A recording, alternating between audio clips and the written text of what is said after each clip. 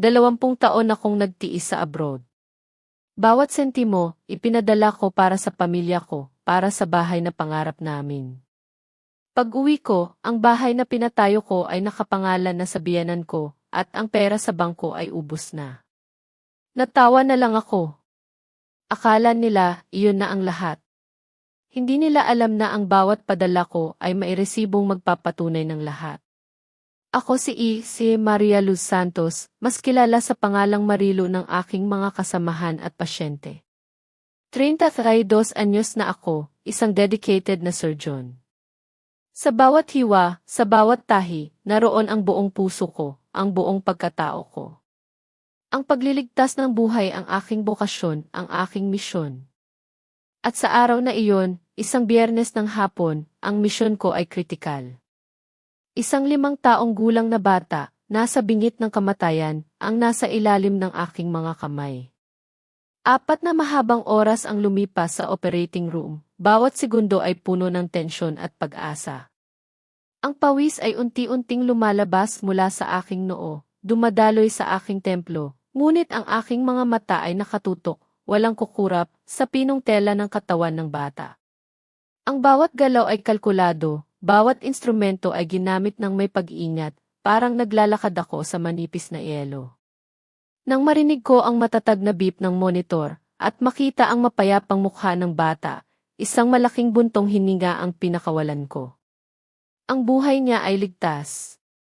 Ang aking tungkulin ay nagampanan.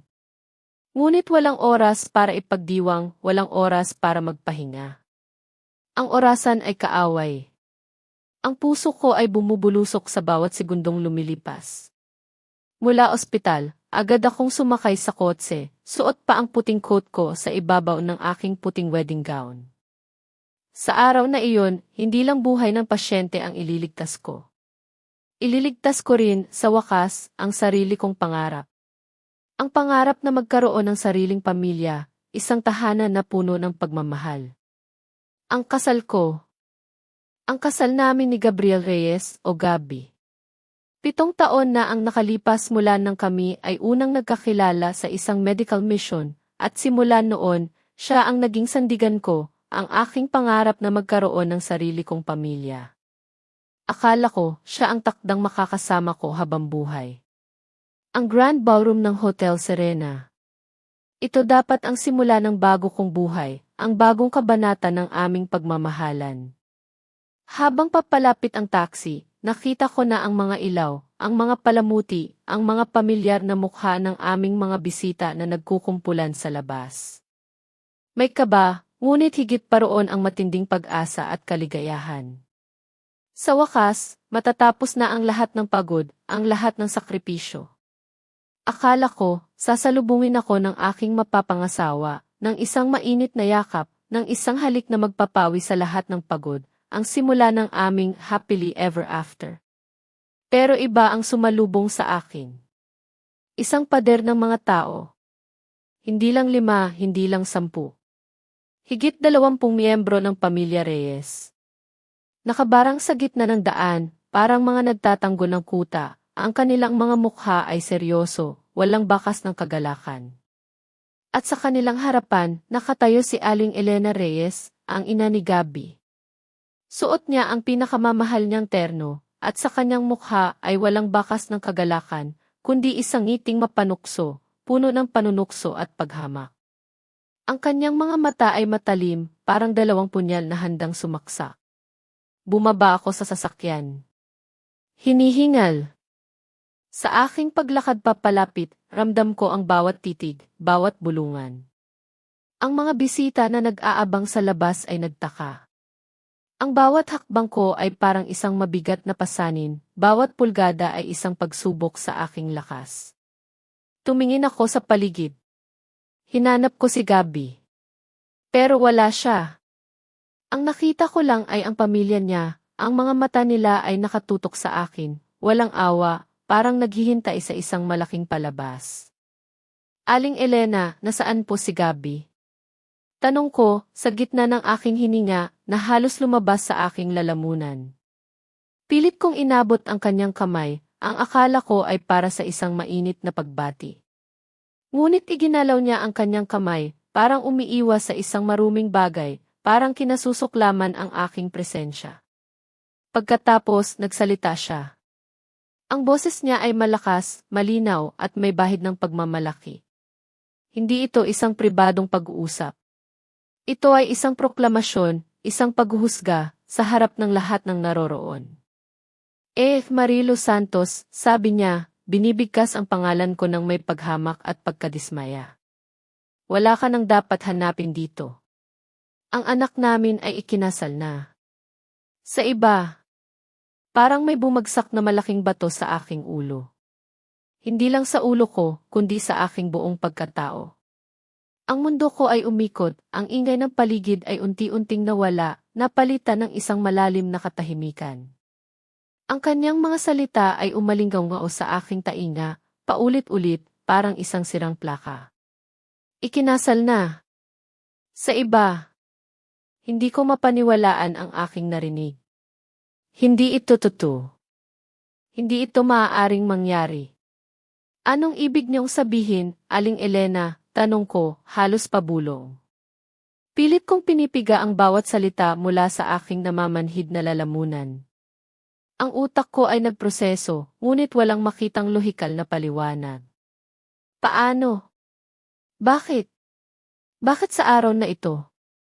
Ang ibig kong sabihin, huli ka na, Marilo, patuloy niya, mas malakas pa.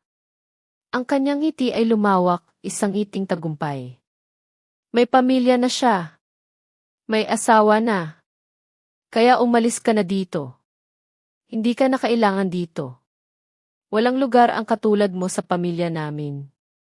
Isang doktor na puyat, gulo ang buhok, at amoy ospital pa. Hindi karapat-dapat sa isang reyes. Ang bawat salita ay tumagos sa aking dibdib, parang libo-libong karayom. Ang mga titig ng pamilya Reyes ay parang mga saksak, bawat isa ay nagdudulot ng matinding sakit. Naramdaman ko ang init ng dugo na umaakyat sa aking mukha, ang pakiramdam ng kahihiyan na sumasabog sa aking katawan. Humiliation. Kahihiyan. Sa harap ng lahat. Ang aking puting wedding gown, na simbolo ng pag-asa at pagmamahal, ay naging simbolo ng kahihiyan, ng pagkadismaya, ng isang pangarap na nawasa.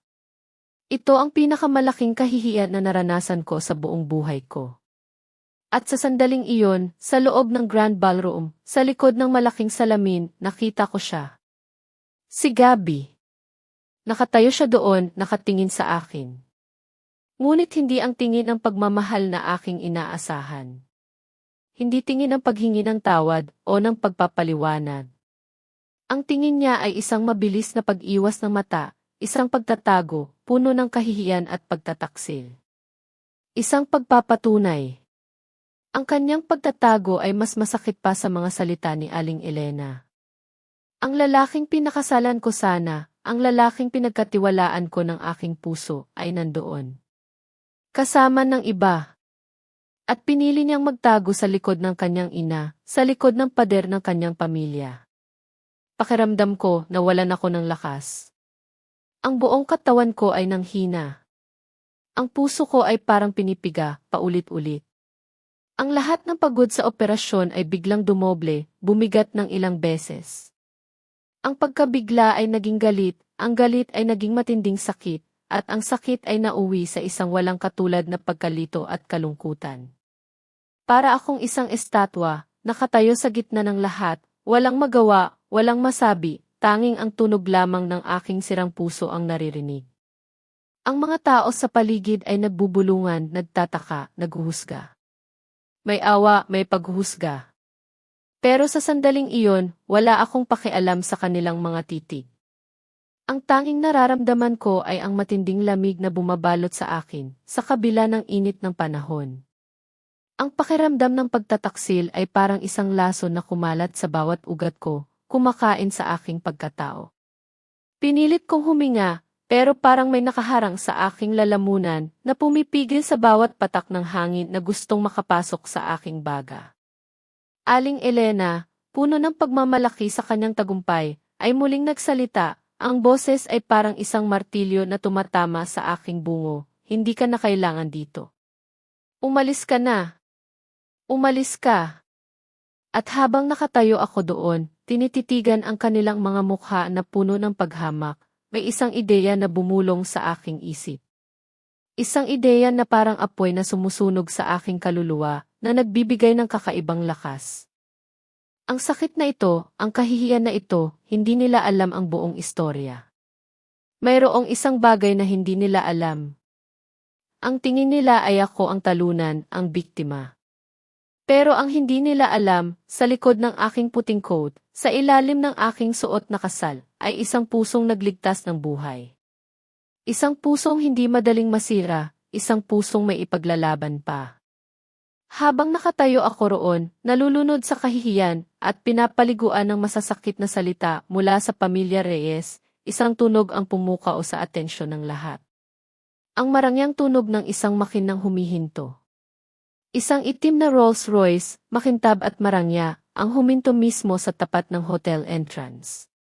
Lahat ay napatingin, maging si Aling Elena ay natigilan sa kanyang pag-usal ng panlalait. Bumukas ang pinto ng sasakyan. Isang lalaking nasa mga huling bahagi ng kanyang 40, matikas ang tindig at may otoridad sa kanyang bawat kilos, ang bumaba. Dahan-dahan siyang naglakad, hindi sa loob ng hotel, kundi diretso sa aking kinaroroonan. Bawat hakbang niya ay may bigat, bawat tingin niya ay may kahulugan.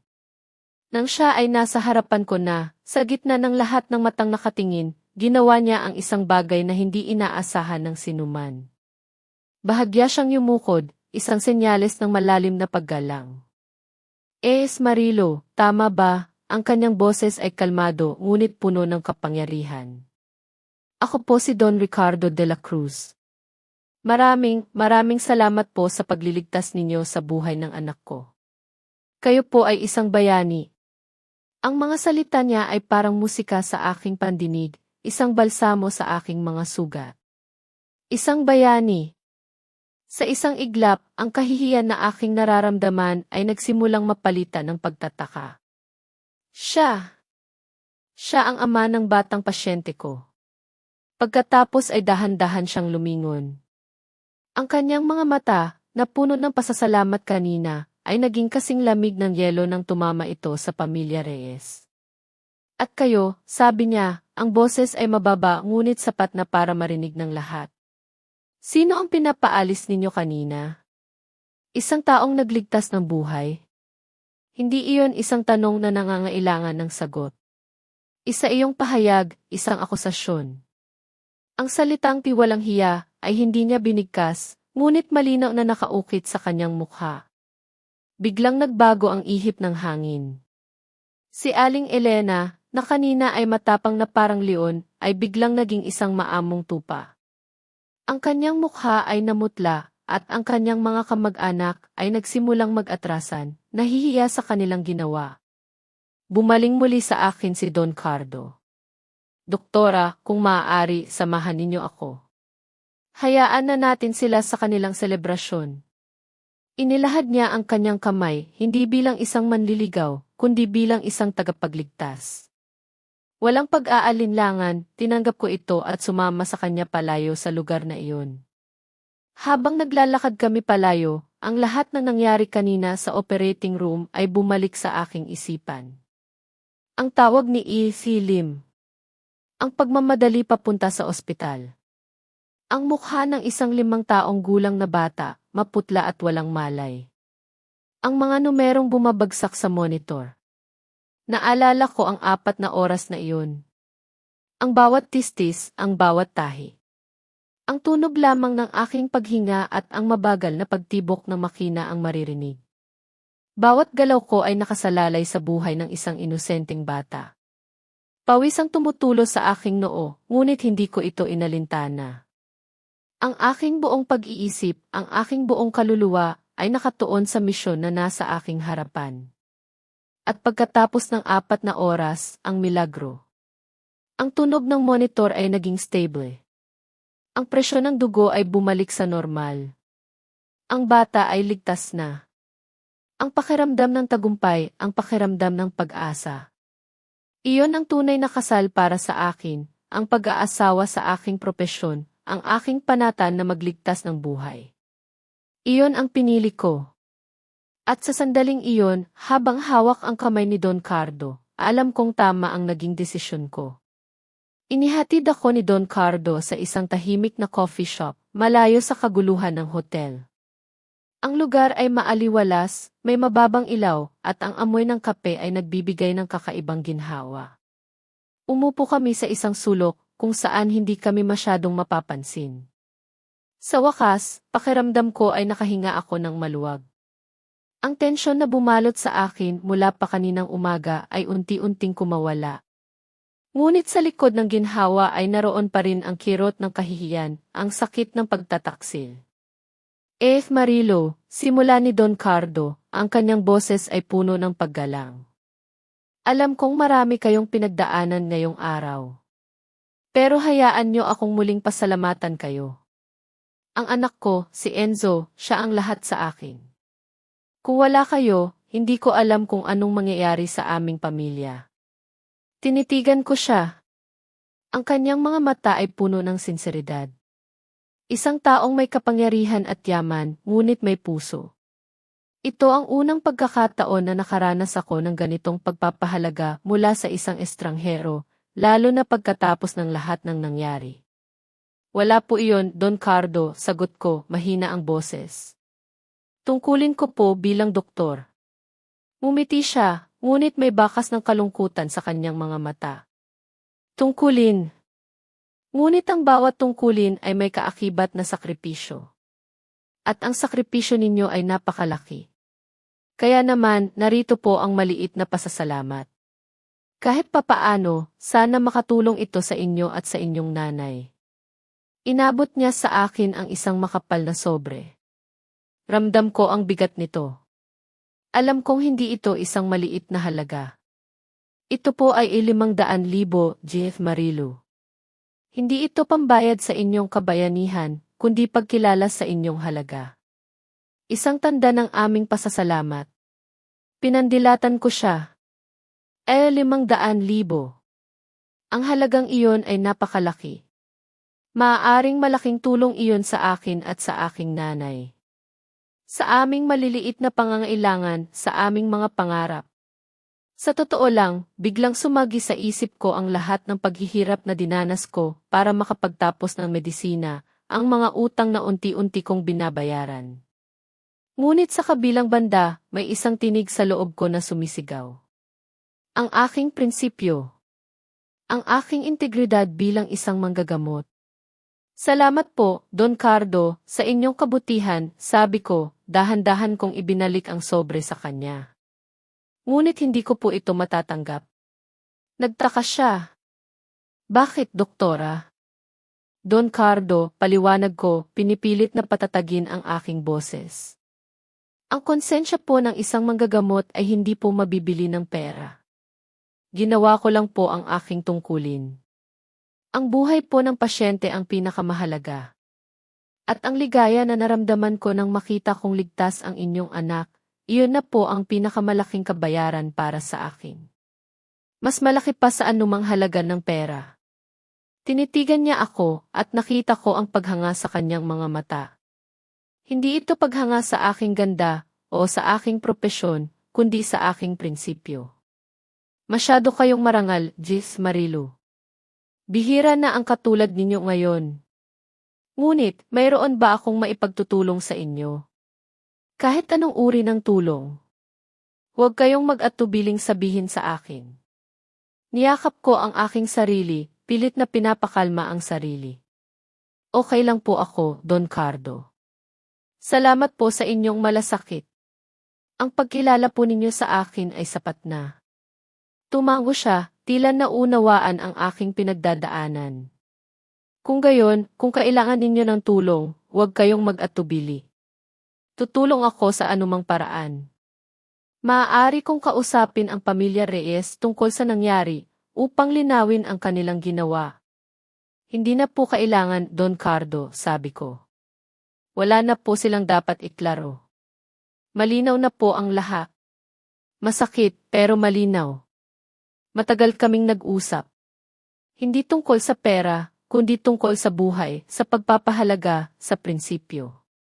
Nakita ko ang isang ama na nagmamahal sa kanyang anak, at isang tao na may malalim na pagpapahalaga sa katapatan at kabutihan.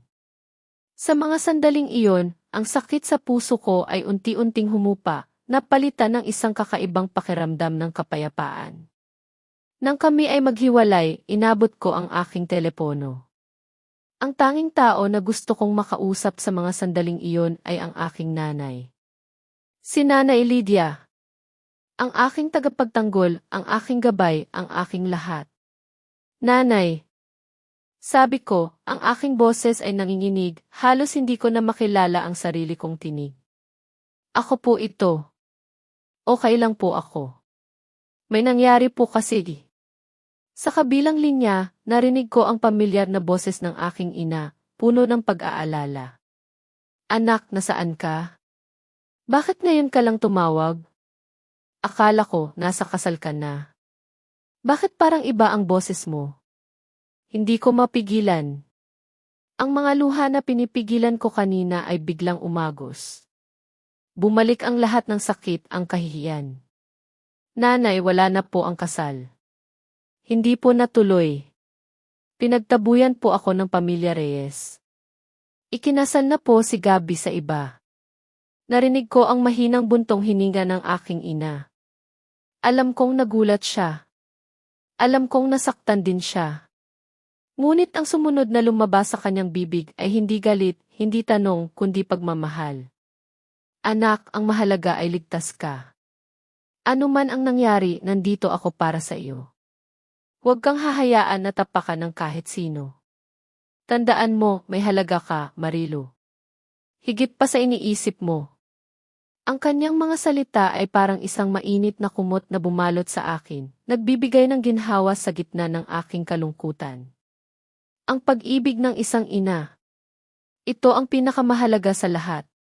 Sa mga sandaling iyon, napagtanto ko, minsan mas tunay pa ang kabaitan ng estranghero, kaysa sa mga taong akala mo ay magiging pamilya mo. Ang pagtanggap at paggalang na ibinigay ni Don Cardo ay higit pa sa anumang singsing o apelyido. Ano sa palagay ninyo, mga kapamilya? Mayroon ba kayong naranasan na pareho? Ay share nyo sa comment section sa ibaba.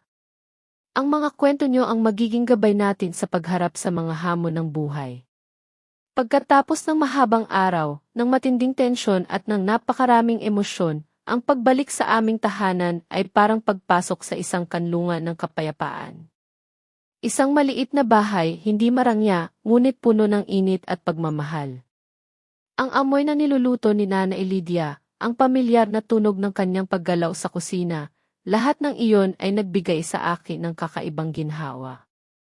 Hindi niya ako sinalubong ng sunod-sunod na tanong, kundi ng isang mainit na yakap. Ang kanyang mga mata, puno ng pag-aalala, ay nagtanong ng higit pa sa anumang salita. Anak, narito ka na, sabi niya, ang kanyang tinig ay malumanay, puno ng pagmamahal. Magpahinga ka muna. Naghanda ako ng hapunan para sa iyo. Umupo ako sa sofa, ang aking katawan ay nanlalambot sa pagod at emosyon.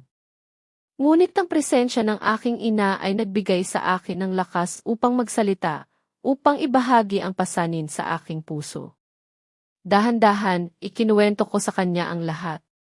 Mula sa hirap ng operasyon, ang laban para sa buhay ni Enzo, hanggang sa aking pagmamadali papunta sa hotel, ang aking pag-asa, at pagkatapos, ang matinding kahihiyan sa harap ng pamilya Reyes. Ang mga salita ni Aling Elena, ang pagtatago ni Gabi. Bawat detalye ay lumabas mula sa aking bibig, mabagal, ngunit may bigat ng sakit. Lahat ng ito ay sinabi ko, habang si Nanay Lydia ay tahimik na nakikinig. Hindi niya ako pinutol. Hindi niya ako hinusgahan. Ang kanyang mga mata lamang ang nagsasalita, puno ng awa at pagmamahal. Ang kanyang kamay ay hinawakan ang aking kamay, isang tahimik na pagsuporta. Sa bawat salitang lumalabas sa aking bibig, naramdaman ko ang paggaan ng aking kalooban, parang inilalabas ko ang lahat ng lason sa aking sistema. Nang matapos ako, matagal siyang natahimik. Pagkatapos, dahan-dahan siyang nagsalita. Marilo, anak, simula niya, ang kanyang tinig ay puno ng karunungan. Naalala mo ang ama mo noon?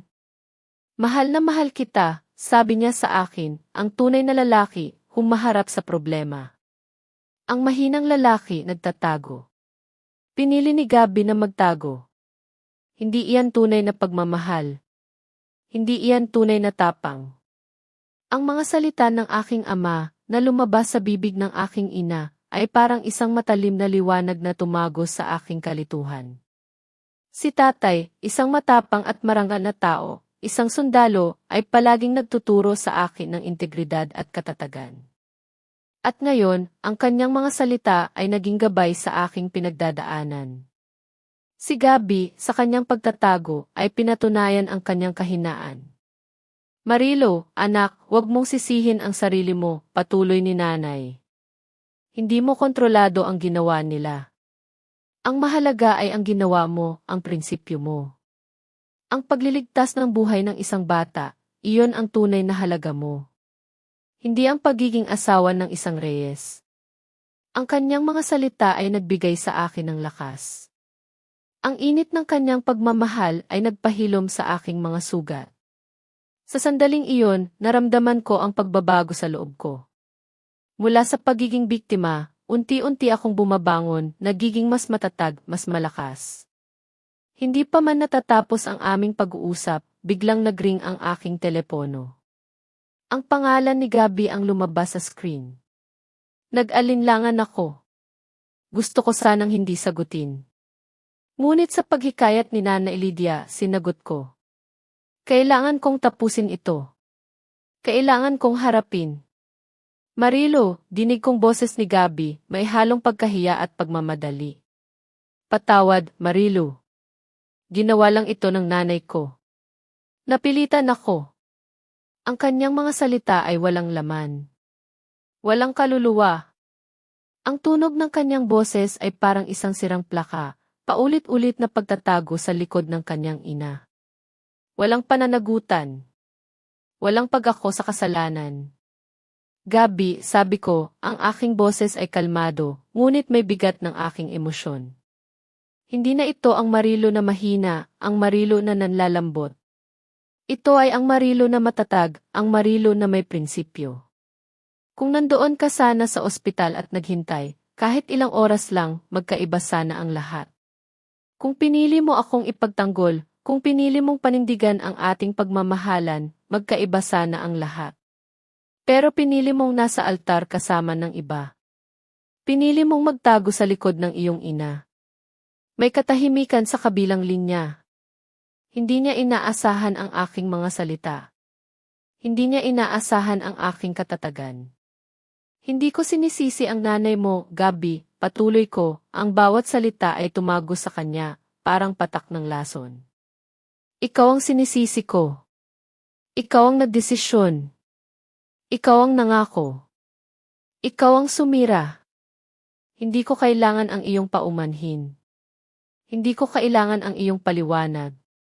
Marilo, pakiusap. Bigyan mo ako ng isa pang pagkakataon, pakiusap niya, ang kanyang boses ay parang isang bata na umiiyak, puno ng kapusukan. Wala nang pagbabalik, Gabi, sabi ko, puno ng desisyon. Ang tiwala ay nasira. Ang pagmamahal ay nawala. Tapos na tayo. Pagkatapos, dahan-dahan kong ibinaba ang telepono. Isang mahabang buntong hininga ang lumabas sa aking bibig. Parang isang malaking pasanin ang inalis sa aking balikat. Ang sakit ay naroon pa rin, ngunit kasama nito ang pakiramdam ng kalayaan. Isang kabanata sa aking buhay ang sarado na. Sa wakas, malaya na ako. Nakatingin ako kay Nana Lydia na nakangiti, puno ng pagmamalaki. Ang kanyang yakap ay nagbigay sa akin ng huling kumpirmasyon. Ginawa ko ang tamang bagay, hindi pa man natatapos ang paghinga ko ng malalim, pagkatapos ng pagputol sa koneksyon kay Gabi, isang malakas na tunog ang narinig namin mula sa labas. Isang bigla ang paghinto ng sasakyan, kasunod ang mga nagmamadaling yapak at mga bulungan. Nagkatinginan kami ni Nana Lydia, ang kaba ay muling bumalik sa aking dibdib. Sino kaya iyon sa ganitong oras? Bago pa man kami makapag-isip ng anumang bagay, isang malakas na katok sa pinto ang sumunod. Hindi ito ordinaryong katok. Ito ay katok na puno ng otoridad, o marahil ng pilit na pagiging dominante. Kinabahan ako. Sino pa kaya ang darating at gugulo sa aming tahimik na gabi? Ngunit si Nana Elidia, sa kanyang pamilyar na katatagan, ay dahan-dahang tumayo at lumapit sa pinto. Inihanda niya ang sarili, parang isang mandirigma na handang ipagtanggol ang kanyang kuta. Pagbukas niya ng pinto, bumulaga sa amin ang isang grupo ng mga tao. Hindi lang isa o dalawa. 5 o 6 sila, at sa kanilang harapan, nakatayo si Aling Elena Reyes, kasama ang kanyang kapatid at ilang mga kamag-anak. Ang kanilang mga mukha ay puno ng pilit na ngiti, ngunit ang kanilang mga mata ay nagpapakita ng pagkabalisa at pagiging kalkulado. Ines, pakiusap, simula ni Aling Elena, ang kanyang boses ay naging matamis, halos lumanding. Ang pangalan ni Nana Elidia ay Ines. Ang pagbabago sa tono ng kanyang boses ay nakakapagtaka. Nandito kami para humingi ng tawad. Misunderstanding lang ang nangyari. Gusto naming kausapin si Marilu. Misunderstanding. Ang mga salitang iyon ay parang lason sa aking tainga. Ang kahihiyan na dinanas ko kanina ay isang misunderstanding lang para sa kanya. Ang pagtataksil ni Gabi ay isang misunderstanding. Hindi ko mapigilan ang galit na umakyat sa aking lalamunan. Ngunit pinigilan ko ang aking sarili na magsalita, hinayaan ko si Nana Elidia ang manguna. Si Nana Elidia ay nanatiling nakaharang sa pinto, hindi sila pinapayagang pumasok. Ang kanyang mukha ay kalmado, ngunit ang kanyang mga mata ay matalim, puno ng pagbabasa sa tunay na intensyon ng mga bisita. Anong misunderstanding, Elena? Sagot ni nanay, ang kanyang boses ay kalmado, ngunit may bigat ng otoridad na kinikilala ni Aling Elena. Kung anak ninyo siya, bakit ninyo itinaboy sa kanyang kasal? Sa harap ng napakaraming tao. Bakit niyo siya ipinahiya? Ang mga salita ni Nana Elidia ay parang matalim na espada. Natigilan si Aling Elena. Ang kanyang pilit na ngiti ay unti-unting nawala. Ang kanyang mga kamag-anak ay nagkatinginan, tila hindi inaasahan ang ganitong sagot mula kay nanay. Pero Ines, para lang sa reputasyon ito, pilit ni Aling Elena. Baka masira ang pangalan ng aming pamilya. Gusto lang naming ayusin ang gulo. Reputasyon, patuloy ni nanay, ang kanyang boses ay mas nagiging matatag. Ang reputasyon ay hindi tinatayo sa pamamagitan ng pagyurak sa ibang tao. Ang reputasyon ay tinatayo sa pamamagitan ng katapatan at prinsipyo. At kung walang kasal, walang manugang, Elena. At kung ikinasal na siya sa iba, lalo na. Hindi kami tanga. Narinig ng buong Maynila ang ginawa ninyo. Tiningnan ako ni nanay at nakita ko ang pagmamahal at pagtatanggol sa kanyang mga mata. Ang anak ko ay manggagamot, Elena. Nagliligtas ng buhay. Isang bayani. Hindi siya para gamitin ninyo sa inyong kahihiyan o sa inyong pagnanais na manatiling may mukha sa lipunan. May halaga ang anak ko. Mas mataas sa anumang kayamanan o posisyon na meron kayo. Ang mga salita ni Nana Elidia ay matalim, direkta at puno ng katotohanan. Ang bawat salita ay tumago sa kapal ng pagmamayabang ni Aling Elena. Ang kanyang pagmamalaki ay unti-unting nadudurog, napapalitan ng pagkahiya. Ang kanyang mga kamag-anak ay yumuko, tila nahihiya sa kanilang sitwasyon. Kung ganoon, ibig niyo bang sabihin, wala na kaming dapat asahan kay Marilu? Tanong ni Aling Elena, pilit na pinapanatili ang kanyang katayuan, ngunit halata na ang kanyang pagkabahala. Ang ibig kong sabihin, Elena, umalis na kayo, sabi ni nanay, buo ang desisyon. Wala na kayong karapatan dito. Walang lugar ang mga traidor sa bahay na ito. Sa gitna ng tensyon, isang kotse ang muling huminto sa harap ng aming bahay. Isang itim na sedan, hindi kasing marangya ng Rolls-Royce ni Don Cardo, ngunit malinaw na isang pribadong sasakyan. Bumaba ang isang lalaki, nakasuot ng corporate attire. Kinilala ko siya. Siya ang personal assistant ni Don Cardo. Lumapit siya sa amin, magalang na yumuko. Sa inyong permiso, Ginang Santos at kay Marilo. Padala po ako ni Don Ricardo de la Cruz. Ipinapaabot lang po niya na kailangan nyo ang anumang tulong, maaari lang po kayong tumawag. At hinihiling po niya na huwag na ninyong abalahin ang pamilya Santos. Ang kanyang presensya ay parang isang panangga, isang karagdagang proteksyon.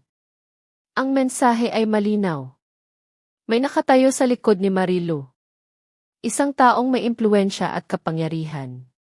Tiningnan ni Aling Elena ang assistant, at pagkatapos ay bumalik ang tingin kay Nana Elidia at sa akin. Ang kanyang mukha ay namutla. Ang takot na mawalan ng ihiya sa lipunan, na mabunyag ang kanyang mga kasinungalingan, ay malinaw na nakikita sa kanyang mga mata.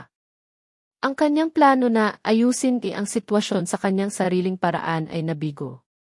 Patawad, Ginang Santos, sabi ng assistant ni Don Cardo. Ang kanyang boses ay magalang ngunit puno ng otoridad. Hindi po tumatanggap ng bisita si Ise Marilo. Mangyari po, umalis na kayo. At huwag niyo nang subukang abalahin pa ang pamilyang ito.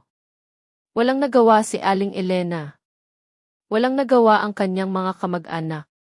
Sa harap ng matatag na paninindigan ni Nana Elidia at ng tahimik na kapangyarihan na ipinapakita ng assistant ni Don Cardo, wala silang nagawa kundi ang lumabas.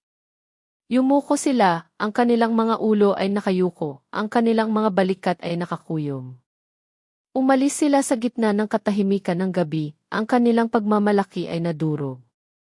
Nang magsara ang pinto, hinarap ko si Nana Elidia. Ang aking mga mata ay puno ng luha, ngunit hindi ito luha ng kalungkutan, kundi ng pagmamahal at pasasalamat. Niyakap ko siya ng mahigpit. Salamat po, nanay, bulong ko. Maraming salamat po. Ang kanyang yakap ay nagbigay sa akin ng seguridad. Sa mga sandaling iyon, naramdaman ko ang tunay na kahulugan ng pamilya. Hindi ito tungkol sa dugo lang, kundi sa pagmamahal, pagsuporta at pagtatanggol. Hindi ako nag-iisa. Hindi ako kailanman mag-iisa, basta't narito si nanay. Ang kanyang panangga ay ang pinakamatibay na depensa na maaari kong makuha. Ang kanyang pagmamahal ay walang hanggan. Pagkatapos ng lahat, pagkatapos ng bagyo ng emosyon at ang matinding kahihiyan, ang kailangan ko ay kapayapaan. Isang linggo akong nagpaalam sa ospital, hindi para lang magpahinga, kundi para pagalingin ang sugatan kong kaluluwa at alagaan ang aking Nana Elidia.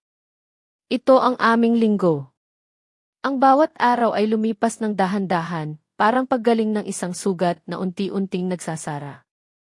Ako ang naghanda ng aming mga pagkain, ako ang nagpainom sa kanya ng gamot, ako ang nagkwento ng aking araw, at siya naman, siya ang nakikinig. Sa bawat sandali na kasama ko si nanay, unti-unting naghilom ang aking puso. Ikinuwento niya sa akin ang mga panahong kasama niya si tatay, ang aking ama. Ang mga pagsubok na kanilang pinagdaanan, ang mga pangarap na kanilang pinagsaluhan. Ang mga kwento niya ay parang mga ugat na humahawak sa akin, nagpapalakas ng aking kalooban.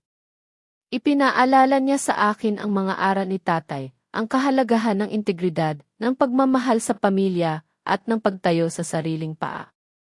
Ang kanyang mga salita ay nagsilbing gamot sa aking kaluluwa, nagbibigay ng bagong direksyon sa aking buhay. Habang nagpapahinga ako, hindi maiiwasan ang mga bulungan.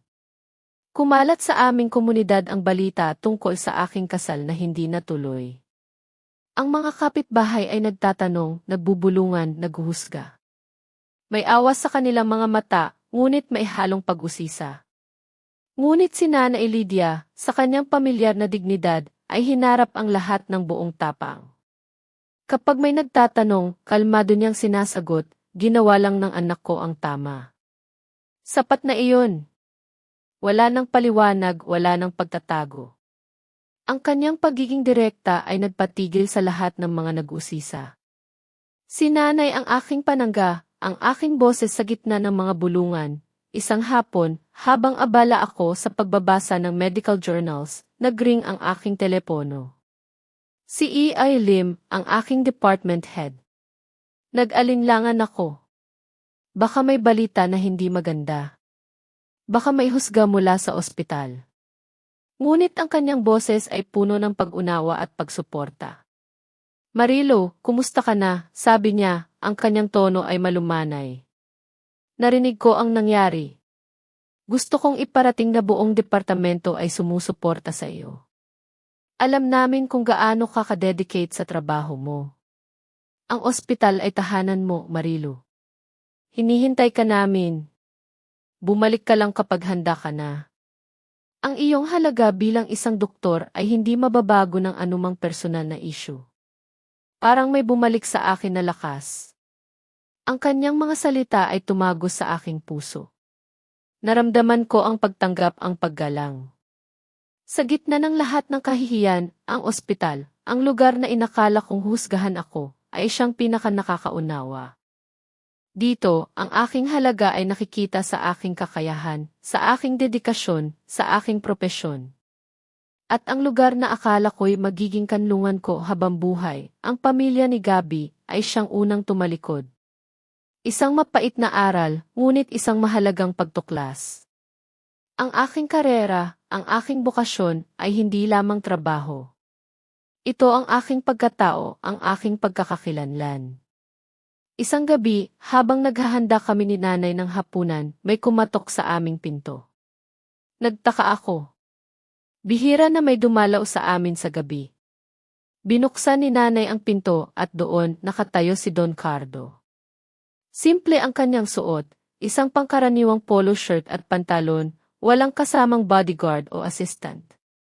May dala siyang isang bag ng mga sariwang prutas. Ang kanyang mukha ay seryoso, ngunit may bakas ng pag-aalala. Magandang gabi po, Ginang Santos, Jose Marilo, sabi niya, ang kanyang boses ay magalang. Nagdaan lang po ako. Nabalitaan ko na hindi pa kayo bumabalik sa ospital. Sana ay maayos ang inyong kalagayan. Pinapasok siya ni nanay at umupo siya sa aming maliit na sala. Walang pagyayabang, walang ere. Nagtanong siya tungkol sa kalusugan ni nanay, tungkol sa aking pagpapahinga. Ang aming usapan ay payak, ngunit puno ng sinseridad. Ikinuwento ko sa kanya ang tungkol sa aking paggaling, ang mga kwento ni nanay. Siya naman, nakinig lang ng may paggalang. Nanay Lydia, nakilala sa kanyang pagiging mapagmatsyag, ay tahimik na pinagmamasdan si Don Cardo. Hindi na nakita sa kanyang mga mata ang pagdududa, ngunit naroon pa rin ang isang tiyak na distansya, isang pag-iingat na likas sa isang ina na nagpoprotekta sa kanyang anak. Ngunit sa bawat sagot ni Don Cardo, sa bawat kilos niya, unti-unting nabubuo sa aking nanay ang isang imahe ng isang taong may busilak na puso, isang taong totoo.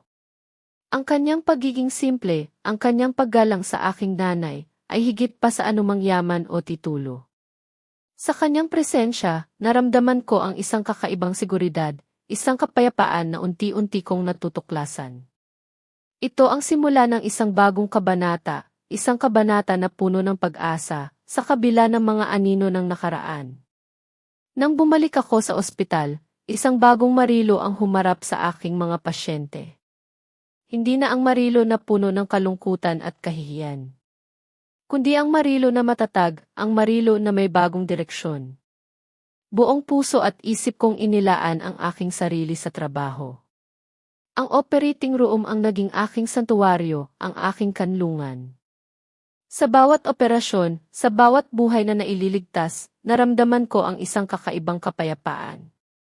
May mga sakit na kusang nawawala kapag bumalik ka sa iyong lugar, sa iyong nakasanayan, sa iyong layunin.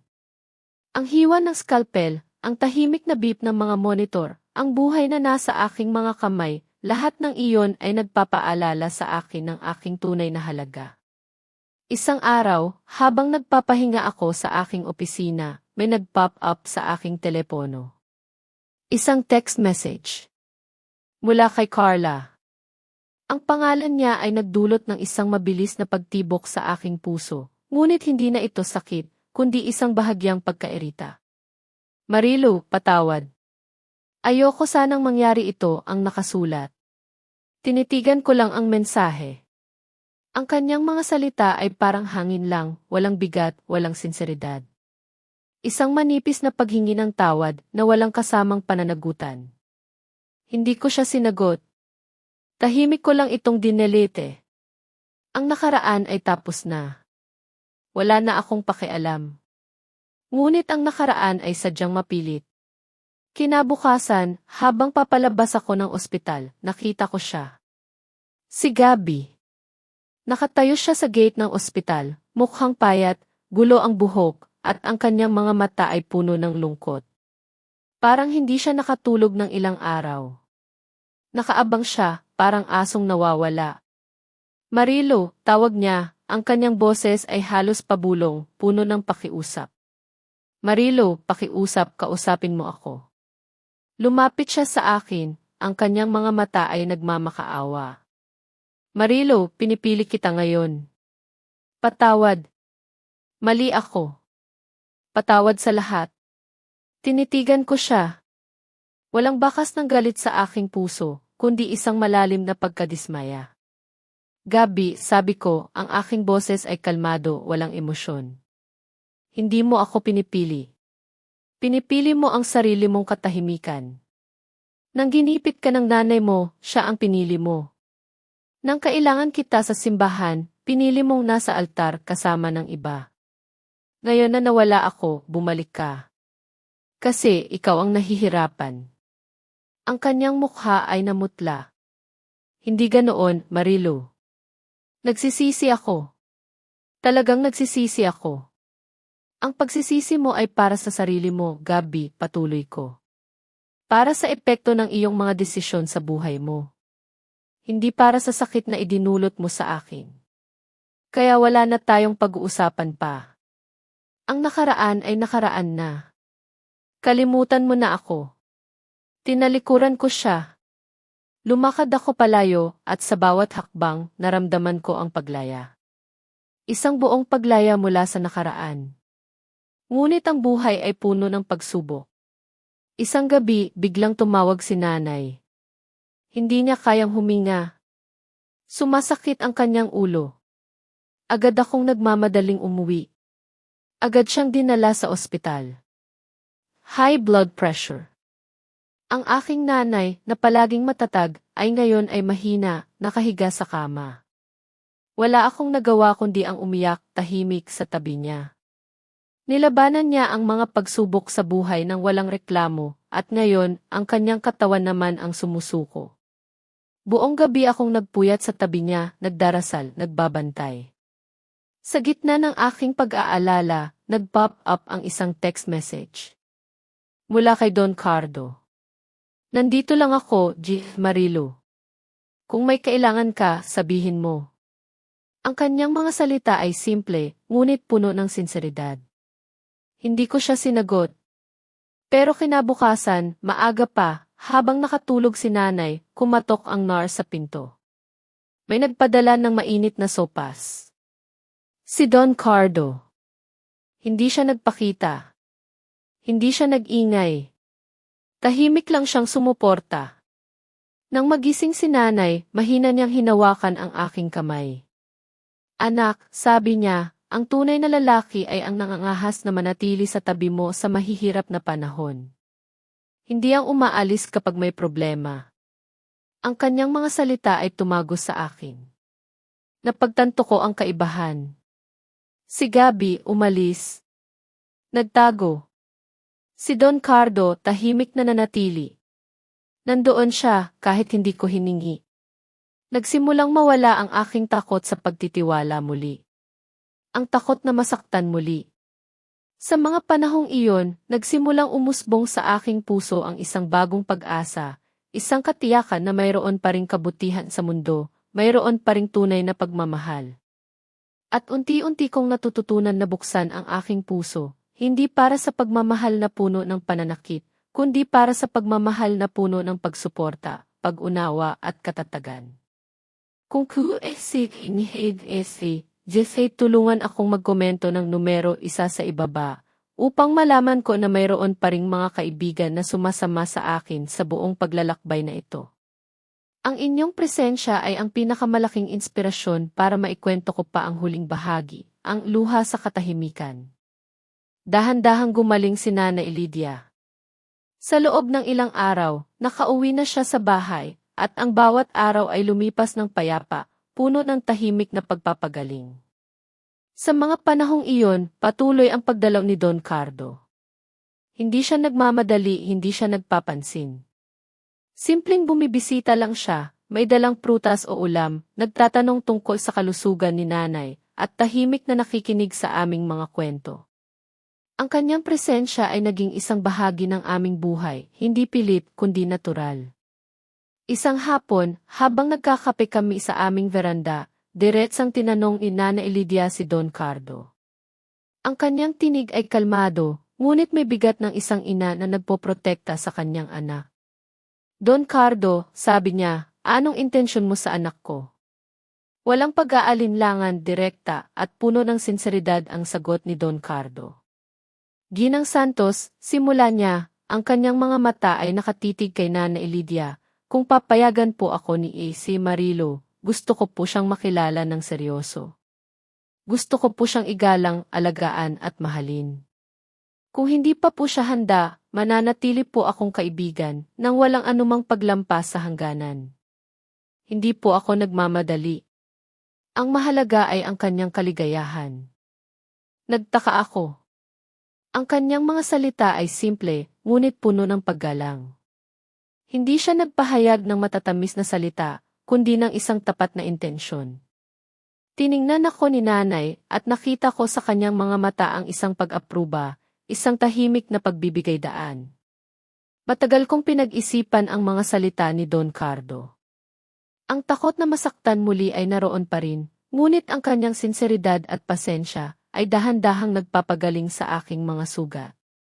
Don Cardo, sabi ko, ang aking boses ay mahina, ngunit buo ang desisyon. Hindi ako makakapangako ng mahabang panahon. Marami akong pinagdaanan. Marami akong takot. Pero tinatanggap ko na magbigay tayo ng pagkakataon ng maayos. Magkakilala tayo ng mas malalim.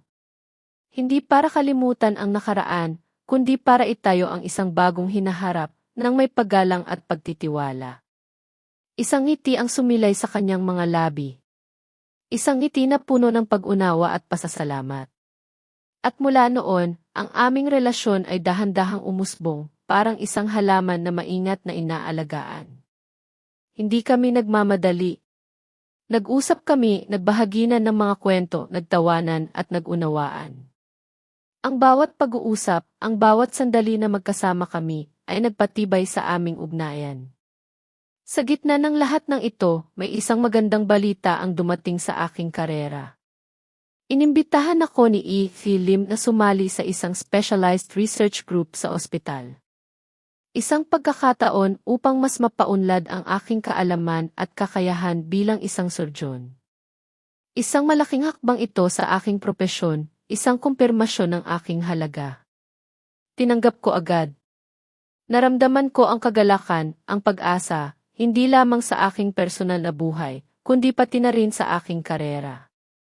Habang nagiging abala ako sa trabaho at sa pagpapalalim ng aking relasyon kay Don Cardo, may isang hindi inaasahang tawag ang dumating.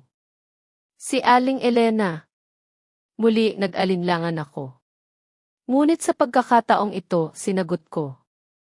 Ang kanyang boses ay tila mahina, may halong pagsisisi. Humihingi siya ng tawad, gustong makipagkita. Muli nilapitan ko si Nanay Lydia.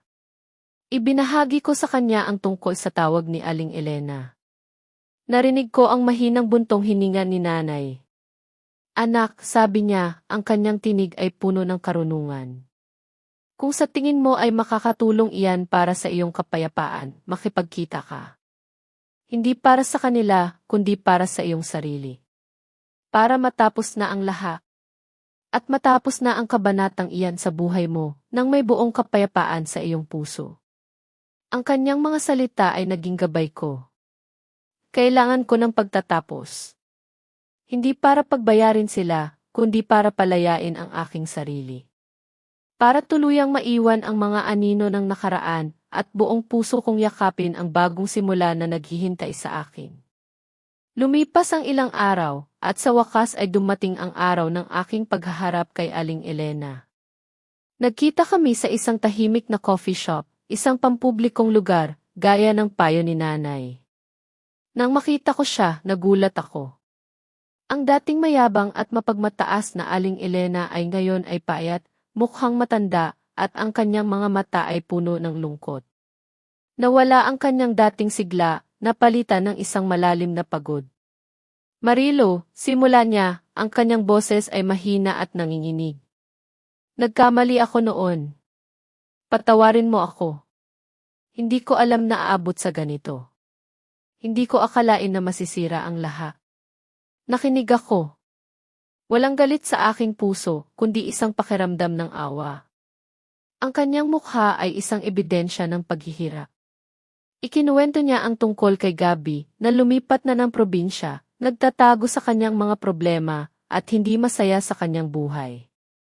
Ang kanyang mga pangarap ay nawasak. Ang kanyang mga desisyon ay bumalik sa kanya, isang mapait na karma. Pinapatawad ko po kayo, Aling Elena, sabi ko, ang aking tinig ay kalmado. Pinapatawad ko po kayo para sa kapayapaan ng sarili ko. Hindi po madaling kalimutan ang sakit, pero pinipili ko pong palayain ang sarili ko. Pero hindi na po maibabalik ang lahat. Ang nakaraan ay tapos na. Sana po, bawat isa sa atin ay mamuhay ng marangal. At matuto sa mga aral ng buhay. Ang kanyang mga mata ay puno ng luha. Yumuko siya, tila tinatanggap ang aking mga salita, ang aking pagtatapos. Sa sandaling iyon, naramdaman ko ang isang malaking pasani na inalis sa aking balikat. Ang pagpapatawad ay hindi para sa kanya, kundi para sa akin. Isang malaking kabanata ang sarado na. Sa wakas, malaya na ako. Pagkatapos ng paghaharap na iyon, tila gumaan ang aking pakiramdam. At sa susunod na weekend, may isang sorpresa si Don Cardo. Dinala niya kami ni Nana Elidia sa kanyang pueblo, sa kanyang bayan. Isang tahimik na probinsya, puno ng luntiang tanawin. Hindi kami nagpunta sa isang malaking bahay, kundi sa isang simpleng lugar.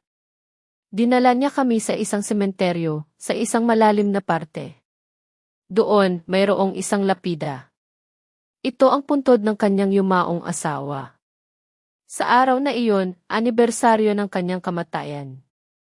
Tahimik lang kami. Nag-alay siya ng bulaklak, nagdasal. Habang nakatayo ako doon, naramdaman ko ang lalim ng kanyang pagkatao. Ang kanyang pagiging tapat, ang kanyang pagiging bukas. Hindi niya ako inilayo sa kanyang nakaraan. Ibinahagi niya sa akin ang kanyang mga alaala, ang kanyang mga pinagdaanan. Naunawaan ko ang mga pighati na humubog sa kanya, ang mga pagsubok na nagpatatag sa kanyang kaluluwa. Ang kanyang pagmamahal sa yumaong asawa ay hindi nagdulot ng inggit sa akin, kundi paghanga. Nagpapakita ito na kaya niyang magmahal ng totoo, ng buong puso. Pagkatapos naming bisitahin ang puntod ng kanyang asawa, habang papalubog ang araw, dinala kami ni Don Cardo sa isang mataas na bahagi ng bundok, kung saan makikita ang tanawin ng buong bayan. Sariwa ang hangin. Payapa ang paligid. Marilo, simula niya, ang kanyang boses ay malumanay, ngunit puno ng bigat. Hindi ako magaling sa pangako ng mga salita. Hindi ako magaling sa paggawa ng matatamis na mga pangako na baka hindi ko naman matupad. Tiningnan niya ako sa mga mata, ang kanyang tingin ay puno ng sinseridad. Pero ipinapangako kong araw-araw, babalik ako sa bahay. Hindi lang bilang asawa, kundi bilang katuwang mo sa lahat. Gusto ko, kasama kita sa pagbuo ng isang bagong pamilya, nang may paggalang at pagmamahal. Isang pamilya na ang pundasyon ay katotohanan, tiwala at respeto. Gusto ko, ikaw ang magiging nanay ng aming magiging mga anak, at nanay ng aking anak na si Enzo. Tiningnan ko si Nana Elidia. Nakangiti siya, puno ng pag-apruba. Ang kanyang tahimik na tango ay nagsilbing pagpapala. Ang kanyang mga mata ay nagsasabing, sige, anak. Ito ang tamang lalaki para sa iyo. Muling tumingin ako kay Don Cardo. Ang kanyang mga salita ay simple, Ngunit mas makahulugan pa sa anumang mamahaling singsing. Ang pangako ng presensya, ng katapatan, ng pagiging katuwang. Iyon ang tunay na halaga. Don Cardo, sabi ko, ang aking boses ay puno ng kagalakan at kapayapaan. Tinatanggap ko. Gusto ko ring bumuo ng isang pamilya kasama mo, nang may paggalang at pagmamahal. Isang bagong simula. Isang bagong kabanata. Puno ng pag-asa ang aming kasal. Hindi ito enggrande, hindi ito puno ng pagpapakitang tao.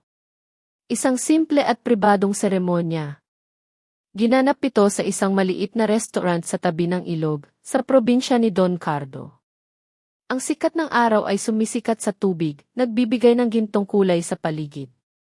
Ang mga bisita ay kakaunti lamang, si Nana Elidia, si Enzo, ang anak ni Don Cardo na ngayon ay tinatawag na rin akong tita, si Ivy Lim, at ilang piling kaibigan at kasamahan sa ospital.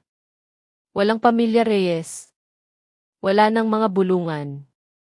Wala ng kahihiyan. Tanging puro pagmamahal at pagtanggap ang naroon. Sa harap ng altar, habang hawak-hawak ko ang kamay ni Don Cardo, naramdaman ko ang tunay na kahulugan ng kasal. Hindi ito tungkol sa mamahaling singsing o sa engranding lugar. Ito ay tungkol sa dalawang taong nagmamahalan, nagtitiwala sa isa't isa, at nangangakong magsasama sa hirap at ginhawa.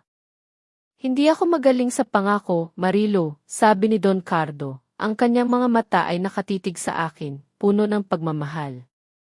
Pero ipinapangako kong araw-araw, babalik ako sa bahay. Hindi lang bilang asawa, kundi bilang katuwang mo sa lahat. Sa bawat hamon, sa bawat tagumpay, magkasama tayo. At iyon ang tunay na pangako na aking hinahangad. Ang pangako ng presensya, ng suporta, ng katatagan. Ang ngiti ni Nana Elidia sa kanyang upuan ay nagsilbing pagpapala. Sa kanyang mukha, nakita ko ang kaligayahan ng isang ina na nakita ang kanyang anak na natagpuan ang tunay na pagmamahal. Pagkatapos ng kasal, lumipat kami ni Nana Elidia sa bahay ni Don Cardo. Isang bagong pamilya ang nabuo. Ang tahanan ay puno ng tawanan, ng pagmamahalan, ng pag-unawa. Si Don Cardo, sa kanyang pagiging natural, ay tinawag na ring kinanay ang aking ina. Ang aming mga buhay ay nagsama, ng buong kapayapaan at kaligayahan.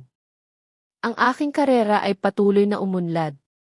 Ang aming research group ay nagtagumpay sa aming mga proyekto, at binigyan ako ng mas maraming responsibilidad sa ospital. Ngunit ngayon, hindi na ako nag-iisa. Gawin mo ang sa iyo, Marilo, sabi ni Don Cardo, ang bahay, ako na ang bahala. Ang mahalaga ay ang iyong kaligayahan at ang iyong propesyon. Ang kanyang suporta ay walang hanggan. Siya ang aking sandigan. Siya ang nagbigay sa akin ng lakas upang abutin ang aking mga pangarap. Isang araw, habang inaayos ko ang mga lumang gamit, nakita ko ang lumang singsing ng kasal ni nanay at tatay. Hawak-hawak ko ito. Naalala ko ang sinabi ni nanay, ang kasal ay hindi sa singsing, kundi sa pagtitiwala at pananatili sa tabi mo sa mahihirap na panahon. At iyon ang natutunan ko. Sa mga bulong ng mga kaibigan at lumang kakilala, dahan-dahan naming nalaman ang nangyari sa pamilya Reyes. Si Aling Elena nagkasakit. Ang kanyang pagmamayabang ay napalitan ng paghihirap. Si Gabi, lumipat ng malayo, hindi naging masaya sa kanyang buhay, nawala ang lahat ng kanyang pinaghirapan. Ang kapalaran ay sadyang mapaglaro. Hindi ko sila ginantihan. Ngunit nakita ko ang kanilang karma. Ang katotohanan ay lumabas. Ang katarungan ay nananaig sa tahimik na paraan. Isang gabi, habang papalabas ako ng operating room, pagkatapos ng isang emergency surgery, nakita ko siya. Si Don Cardo. Nakatayo siya doon, may dalang jacket. Ang kanyang mga mata ay puno ng pag-aalala, at isang ngiti ang sumilay sa kanyang mga labi nang makita niya ako. Lumapit siya, inilagay ang jacket sa aking balikat. Ang pakiramdam na may naghihintay sa akin, na may nagmamahal sa akin, ay kaibahan sa araw na ang aking kasal ay nawasak. Ito ang tunay na pag-ibig. Ito ang tunay na tahanan. Isang taon matapos ang araw na dapat ay ikinasal ako kay Gabi, nakaupo kaming magkakasama, ako, si Don Cardo, at si Nana Elidia, naghahapunan sa aming bahay. Ang aming mesa ay puno ng pagmamahalan, tawanan at kapayapaan. Sa lahat ng aking pinagdaanan, natutunan ko ang tatlong mahalagang aral. Una, para sa mga magulang. Nakita ko kung paano nawasak ang pamilya ni Aling Elena dahil sa bulag na pag-ibig at kontrol. Ang tunay na pagmamahal ay may paggalang at pag-unawa, tulad ng pagmamahal ni nanay sa akin. Ang pagpapalaya sa iyong anak na gumawa ng sariling desisyon, iyon ang tunay na suporta. Pangalawa, para sa mga anak. Si Gabi, sa kanyang pagiging makasarili at kahinaan, ay nawala ang lahat. Ang pagmamahal ni nanay ay hindi dapat baliwalain. Ang paglaki ay ang pag-alam sa halaga ng responsibilidad at pagtanaw ng utang na loob. Hindi sa salita, kundi sa gawa. Pangatlo, tungkol sa likas na katangian ng tao. Hindi ko sila ginantihan pero nakita ko ang kanilang karma. Ang kabutihan ay dapat ilagay sa tamang lugar. At minsan, ang pinakamatalinong paghihiganti ay ang pamumuhay ng may dignidad at kapayapaan. Ang karma ay hindi paghihiganti, kundi ang bawat isa ay napupunta sa lugar na nararapat sa kanya. Para sa akin, sapat na iyon. Ang aking kapayapaan ang aking tagumpay. Ngayon, nakatayo ako sa aming balkonahe, hawak-hawak ang kamay ni Don Cardo. Tinitignan namin ang mga ilaw ng syudad. Walang takot. Walang pagtatago. Walang kailangan patunayan. Payapa ang aking puso. Ito ang tunay na kaligayahan. At dito nagtatapos ang kwento ni Marilu Santos. Ano ang masasabi ninyo sa mga naging desisyon ni Marilu? Mayroon ba kayong gagawing naiba kung kayo ang nasa kanyang kalagayan? Ibahagi ninyo ang inyong mga saloobin sa comment section sa ibaba. Binabasa ko po ang bawat isa. Kung ang kwentong ito ay nakaantig sa inyong damdamin, huwag kalimutang mag-iwan ng like, ibahagi ito sa isang taong sa tingin ninyo ay maaantig din, at mag-subscribe sa ating channel, Luha sa Katahimikan, upang hindi mapalampas ang mga susunod pang lihim ng buhay. Magkita-kita tayong muli sa susunod na kwento, at malay natin, sa susunod baka ang kwento mo na ang aming susundan.